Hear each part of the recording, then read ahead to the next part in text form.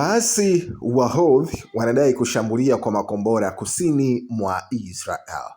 Tumekuwa tukiripoti juu ya madai ya Israel ya shambulio la kombora kutoka Yemen ambalo uwezekano mkubwa inasemekana kuwa lilinaswa kwa mafanikio na Air Defense ya Israel.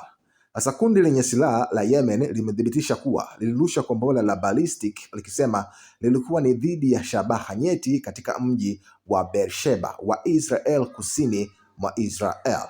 Kwa mujibu wa taarifa iliyotolewa na kundi hilo, shambulio hilo lilitekelezwa na kitengo cha makombora cha kundi hilo kwa kutumia kombora la ballistic la Dhul-Fiqar, ambapo operesheni hiyo ilifanikiwa kufikia malengo yake, ilisema.